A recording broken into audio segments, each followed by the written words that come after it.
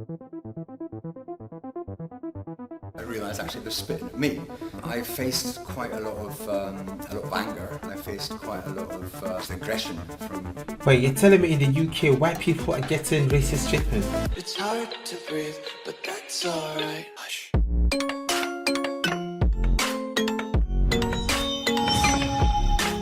Yo, ladies and gentlemen, you know what time it is? It's me again, your boy Shae, the one and the only. Guys, today we're here to check out Tommy Robinson's speech at Oxford. This was a request, okay? Actually, this has been a request from over a week now. Alright guys, I said I was going to check it, but I saw it was really long, so I need to break it down into parts, maybe 2 parts or 3 parts. Yeah, 2 parts of 30 minutes. Roughly, or 3 parts of about 20 minutes. I think 3 parts would be better, so we can watch it and it'll be easier to watch. Anyway, that's not too much, guys. I'm gonna jump on this right away. Even as you follow me on my journey to discover London from the videos we're watching, and then soon from vlogs and exploring the whole of the country and all the cities except the dangerous ones. All right, guys. I hope you stick with me, guys. Okay, stick with me. Let's do this. All right. Meanwhile, keep sending your requests. Alright, keep sending your requests. I'm going to be checking them one after the other. Alright, let's go. Okay, Oxford Union. I'm subscribed to Oxford Union since when? Okay, let's do this. People who shape our world. Okay, I know why. Good evening, everyone, and thank you for coming here this evening. I will just run you through the format of the evening. Mr. Robinson will be doing a speech for the first 40 minutes, and then it'll be followed by a Q&A session. So please do get involved and sort of ask questions. Without further ado, Mr. Tommy Robinson. I know when I subscribed to them, when I checked out Dr. Shae Terror, where he talked about India and the UK reparations, something like that.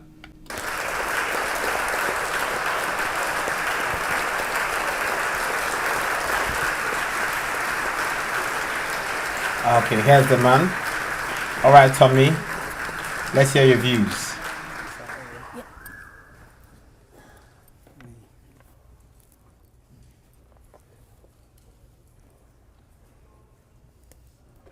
Hey. Hello. First of all, I'd like to say it's a privilege and honour to be standing here today. This is a long way from the streets of Luton town to now be at the Oxford Union. I think it's a good day for freedom of speech. You've all heard of this. I was getting called a little fascist as I was walking in here. There's protests outside from Unite Against Fascism who... People will always talk. No matter how good you are, people will talk. No matter how bad you are, people will talk. No matter what you do, people must always talk. The definition of fascism is trying to stop people have a difference in opinion of you, which is what I have. So I think they're showing themselves up as fascists. I'd like to thank, I know there's probably been a backlash against the union for inviting me here today. It's been a good day for freedom of speech, but also a bad day. I had a speech prepared that I was going to come here and talk about, everything I had prepared to say. I was visited 4 days ago by probation, and I was warned about my licence. I'm on an early release from custody, so I'm on a licence. And certain things that I was going to say would result in me getting recalled back to prison. Now, even though, which I said, obviously I haven't got the same freedom of speech as what everyone else has got then. They said, no, not whilst you're on licence. And I was going to expose certain things about the police, but that'll have to hold now. Are you for real? The strong, how do you call it? The tightest tongue, basically. What I want to do is I want to take you all through a journey of my life and talk to you about life stories growing up in Luton. By the end of it, I want you to understand where I come from and who I am. And why. I think why is the major question. Why was the English Defence League a phenomenon? Why was it born in Luton? Why was it started? What are the reasons that brought it there? That's what I want to know. I'll talk to you about Luton. I was born in 1982. When I was born in 1982, we had 1 mosque. I just want you to understand the demographic of the town. In 2014, we now have 30 mosques. The projected government growth forecast for the Pakistani and Bangladeshi community of Luton by 2030 is to increase by 70 to 77%. This would not be a problem if we didn't experience the problems we see related within the community. At the same time as I talk you through this, I don't want for 1 minute for you to think I'm tarring all Muslims as bad. I'm just giving you a projected view of my life. I want you to understand the stories that have happened. Okay. I'll start with my cousin, Jeanette, or my cousin's cousin. She was sexually abused, she was groomed. It's what we now know as grooming. She was raped, she woke up one day, she was found running semi-naked from Bury Park. Bury Park is the area where a lot of the Muslims have congregated and live. It's where these 30 mosques are. Okay. She was picked up by prostitutes in the street. Her dad collected her. If I talk about the failures from the police, when the family, I want you to understand and try and picture this as though it was your family relative. When the family were going to the police, when the girl is missing for 2 days, 3 days, yeah, and there is no response, and up until the Rotherham report, people wouldn't believe these stories because they are unbelievable. They would say she's a drug addict because in the end she was a drug addict because she was hooked on heroin that they were giving to her. She would climb out of the bedroom window to get back to them for her fix. The failures everyone now knows from the police force on these issues, but I want to just talk you through. When I was at school, the high school I went to, you had the Muslim playground and you had the non-Muslim playground. That's the same in pretty much every school in Luton. It wasn't divided through racial lines, it's divided through religious lines. We didn't cause that division. My friend at school, I was seeing a girl called Charlotte. She's from a lovely Irish family. And I was 12 years old, and my friend Razwan was seeing her friend Lisa. And I can remember Lisa phoning up Charlotte hysterical because Razwan's family had all gone up to Lisa's house to threaten the family to say that they couldn't see or speak to each other. As a 12-year-old boy, this was a light bulb moment for me to think, what is this about? There was another boy around the corner from where I live called Jamie. He fell in love with an Asian girl at school. He got violently attacked for that. When they went to sixth form, Luton sixth form is the main sixth form in Luton town. I could have gone to sixth form. I got 11 GCSEs, I got an A in maths, 5 Bs, 5 Cs. As a young English lad in the town, to go to that sixth form, I have to be prepared to look at the ground. And I'm not prepared to look at the ground. And that's because there were Pakistani Muslim gangs in that sixth form, extremists in that sixth form. Now, Jamie went to sixth form. His girlfriend went to sixth form, who he's in love with. They couldn't even acknowledge that they knew each other. Okay. Wow. It was that crazy. It was that intense. Huh? Because of the fear of what would happen. I had another friend, John English, on a night out. I'm just taking you through stories. John English, his girlfriend's name was Akvinder. She was a Sikh actually, but she was from Letchworth. But we were out on a night out in Luton town, and these Muslim lads just come over and spat straight in her face. So these are incidents, and I'm not saying it's all Muslims, I'm just talking and saying there are problems. I've seen them, okay, growing up through Luton. So not all Muslims. You all try and envisage yourself, take yourself out of where you've grown up. Many of you may have grown up in working class communities and towns, but try and see it. We talk about racial abuse. I don't know how many people have been a victim of racial abuse. I was a victim of racial abuse at the age of 12 when I was attacked on the way home from a swimming pool by a Pakistani gang. I was called a white pig. My friend had his hat taken off him, we were spat in our face and slapped. Another incident, twice in one night, walking to the under-18s nightclub. Whilst I'm talking about racial abuse, I'll talk about Mark Sharp. Mark Sharp was murdered in 1995. Any of you can Google this murder, yeah? He was my... So I don't know if this is the Max Sharp.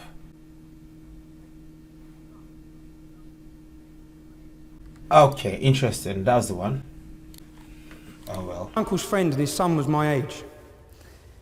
He was going to get a takeaway. He was in his car, a van. He was going to get a takeaway when a car braked in front of him. He swerved around it and he gave a hand gesture. He was followed. He didn't know he was being followed. 4 Muslim Pakistanis were in the car. They phoned for reinforcements. More come. He was not aware of this. When he got outside the kebab shop, he come out, his son's with him. They beat him. They hit him so many times, they were hitting him with bats, with poles, with sticks. Read the murder, it will shock you. Okay? He was not going down. He would not go down. One of them jumped up in the air with a knife and snapped it off in his forehead. He survived for 3 days, and then he died. Many of his friends, what I'm trying to envisage and ask you is that you just take yourself, think of this is someone you know in your family, this has happened to. The judge in court said, you can take, if you wish to a verdict of manslaughter, you can take into account the fact that he aggravated them enough to make a young Asian male act in this way. Wait, Mark Sharp? They got 4 years in prison for that, if you want to talk about justice. That's not justice. They were out within 2 years in the town of Luton town. Most of the people in Newmark and his friends left Luton after that incident. I could stand here all day and talk about other incidents that have gone on. I'm going to show you a video now. I'll ask you to watch. A series of attacks on the homes of elderly people in Luton are racially motivated. The victims fear the aim is to force them to stand up and move out. This is the latest attack, a beer keg thrown through the window of a 74-year-old great-grandmother in the middle of the night. It's the third time it's happened. The last was on Christmas Eve. You can imagine Christmas Eve and somebody flinging a brick through your window, how it felt. When everything's supposed to be jolly and happy, you feel down, innit? And they are flinging brick through my window and run. They are cowards. In the next street, another couple who've been targeted repeatedly. At night time, I personally can't sleep, and you don't know what next they will do. You wonder sometimes if they're going to put petrol or boom or something through the letterbox. And around the corner, this house. It looks unlived in. In fact, it's been home to one couple for 60 years, now so terrorised they won't take down the boards. Because it always happened between about 1 and 4 o'clock in the morning, and you were really worried, sick, wondering what was going to happen next, because they weren't just little bits of stones of things. These were real house bricks and lumps of concrete that they'd thrown through the window. Meanwhile, families are doing what they can to protect themselves. I am one of the old type, determined black woman. I am not going nowhere. If they don't like me here, they can go. I'm going to tell you, like, there's something about black people, yeah, okay, that I think is a good thing, but if it's used for bad, it can be a very bad thing. Black people have got very strong will. Like, it's just a natural thing, very strong will. So we are taught how to calm it down by our parents. We are taught the good way. We are taught how to be nicer people, okay. I mean, sometimes a lot of us don't really listen to our parents, okay. But imagine those of us that have no parents at all, that have no dad figures, because we listen to our dads. I mean, we listen to our moms, but our dads. So imagine black kids with no dads. Crazy, all right, if they don't get anyone to teach them. So when she says strong black woman, yeah, I know what she's talking about. I'm quite happy where I am. Scared, but most of all angry, they're not moving. Now, again, maybe take it to the community you live in. You know these people, because I know the Palmers and I know the Howards, yeah? You can imagine eruptions these sort of incidents cause in your community. There was actually 30 people's houses that were attacked at these times. There was 88 attacks before the police acted.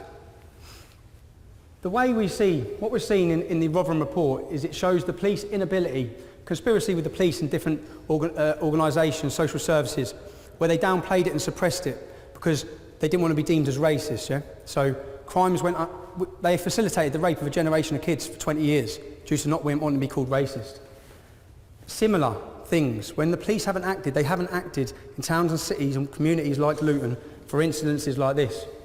That's what, again, what I want you to understand is, I know those families. I remember these times when these things were happening.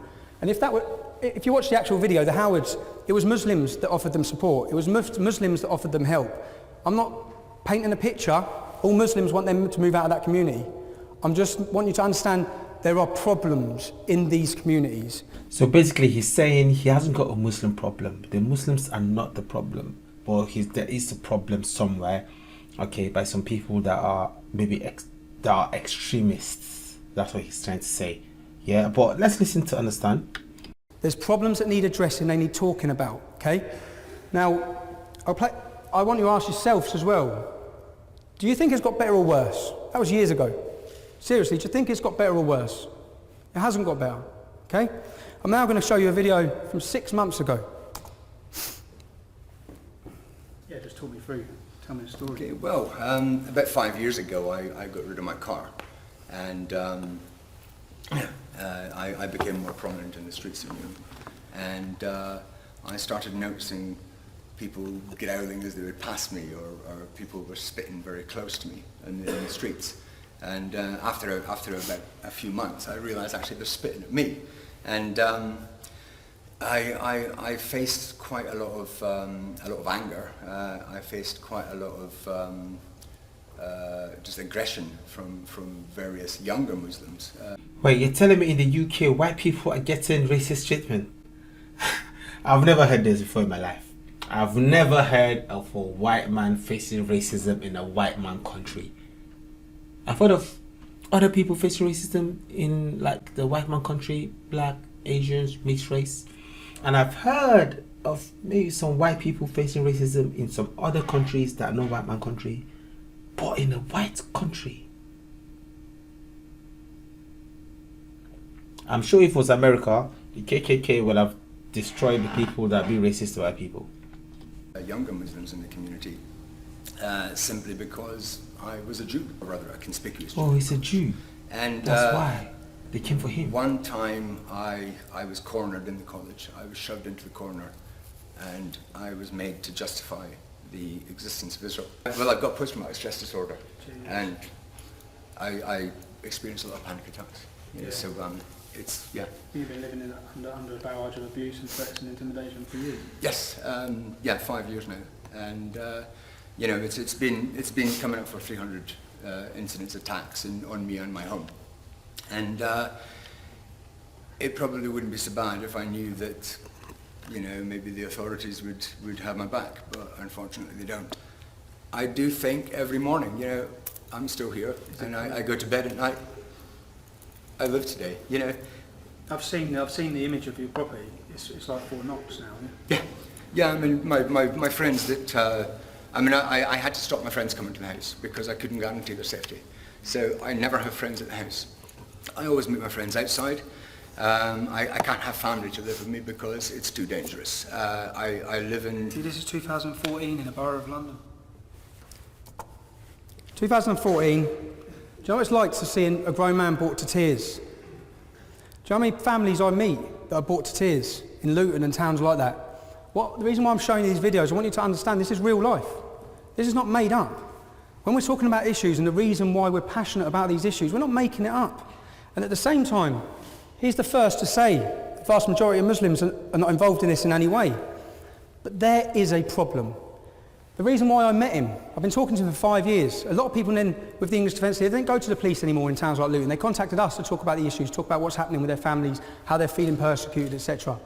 I went to meet him because he's moving to Israel, because he feels he has to move to Israel if he wants to be safe. His only crime is that he's Jewish and he's living within a Muslim ghetto.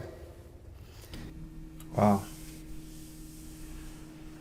Yo, this feels like I'm just watching a movie. Like him saying that these are real life stories, this actually happened, this is real, this is true. I'm watching him like, yo, is this not an excerpt? Like an excerpt from a movie? And now as we're talking through, we all remember September 11th. I think everyone should remember where they were on September 11th. I was at Luton Airport on my apprenticeship. I remember everything.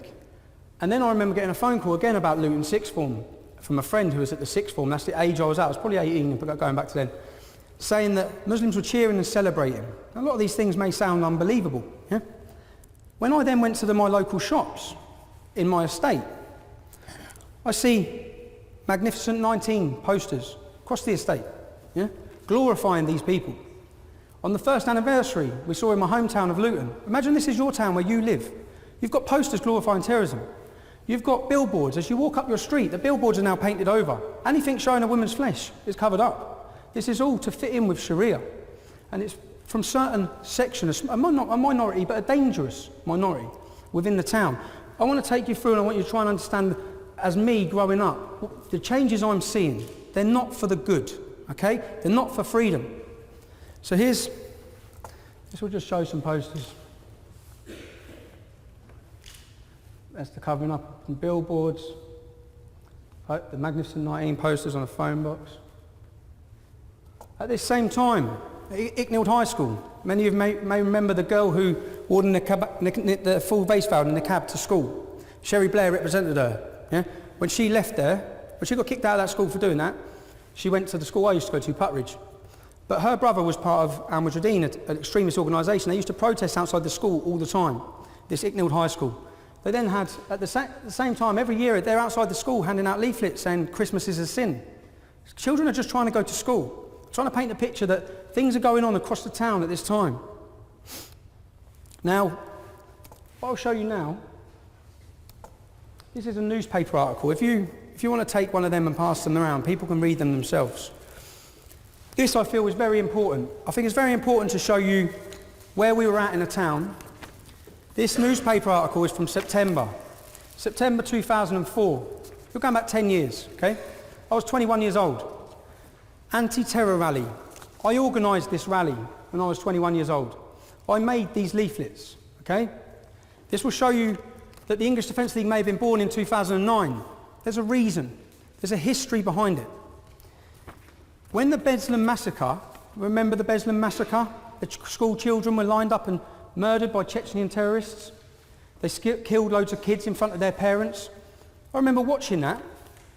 And then I remember watching an interview of a Muslim from Luton. His name's Saif al-Islam, it means Sword of Islam. He was a part of this organisation called Al-Mujahideen, and he said what happened at that school was justified. And it's justified if it happens in a school in England. That is when I started reading, learning, and looking into who this group were, Al-Mujahideen. I doubt many people in 2004 had heard of them. Remember, this is before 7/7. This is before terrorist atrocities on our shores. I found that Omar Bakri and Abu Hamza, we all know who they are now. They were based in my town, in Luton. They were based there. Their head office was on Biscuit Road. Yo, you're telling me all of this is going on in the UK? Or happened in the UK? Okay, I mean, obviously, like on the news, we saw a few of the attacks, okay, that happened here on the news. And obviously there were some that we also experienced at the London Bridge one, alright? But like, the way it all started with him from the grassroots, from him being in college, from him being a kid, a younger, to being a youth. And it's going on, and the police not being able to do anything about it back then. And the way he's reiterating the story right now, I'm telling you, it's okay. Honestly, looking at his expression, yeah, I can see how truthful it is. But just listening to it, it sounds kind of fictitious, because I know it's not. Right now, I do know it's not, because you guys have told me many things that it's not. It actually happened. But to me, like someone coming to the UK saying, oh, the UK, let's go. Then you're hearing this, I'm like, huh? In the UK? This happened in the UK? Are you telling me the UK that we know? I'm telling you, like, it is hard to believe, but it's crazy, man. The UK is a scary place. Right now, it's becoming a very scary place. I started looking, researching. What I found terrified me. And once my eyes were open, I couldn't close them to this issue. I made these leaflets. In these leaflets, it's clear. Leaflets circulating in Luton before the demonstration, which started at 1 p.m, described it as a peaceful protest to stop terrorist recruiting in the town. Headlined Luton Taliban, no thanks. It said Luton residents demand the police and council act now. Close down Al-Mujahideen's head office in Biscuit Road. Stop Islamic extremists recruiting in the town centre on Saturdays. Clamp down on racist attacks on white and black lads by Muslim gangs. The leaflet claimed Islamic extremism is running out of control in Luton. Muslim fanatics celebrated September 11th outside the Galaxy Centre.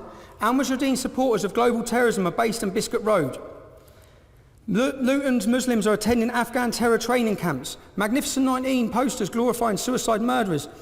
Churches are being firebombed. Beatings and stabbings of young whites are going on all the time. The demo literature also claimed that members of a Muslim gang, the Gambinos, are more interested in making money from drug pushing and pimping, but they are becoming increasingly close to religious extremists. This was in 2004.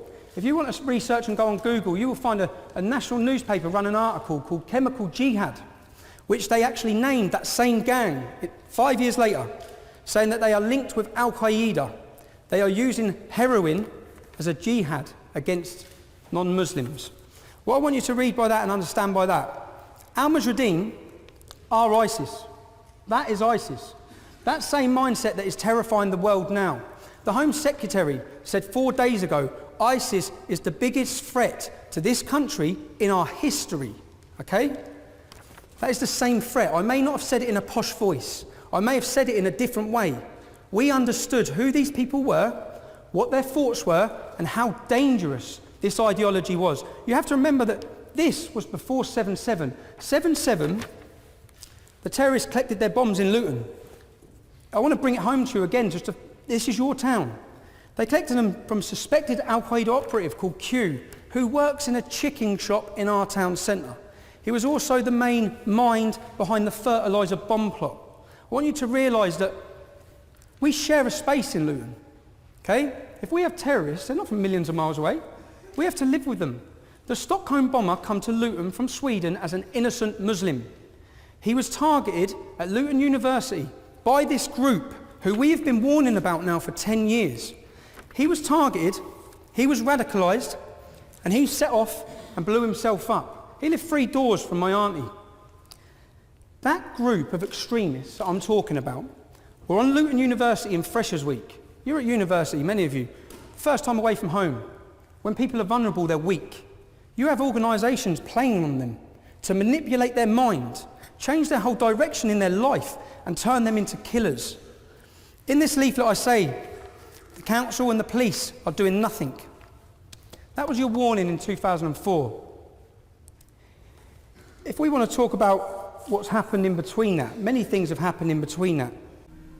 I am not gonna lie, I thought I've watched scary videos about London, about the UK, but this tops it all. This completely tops it all. Okay, guys, I'm gonna stop here. All right, I'm gonna stop here. Do not call me weak-minded, yeah, but I'm gonna stop here. Okay, I need to breathe. All right, I need to breathe. Oh, all right. Thank you for requesting this to me, because you guys are amazing people. Thank you for the support you guys supporting me. I really appreciate it, and thank you for how you guys are trying to make me learn the history of the UK, the history of London, and the things that have happened. But I didn't expect it was this way.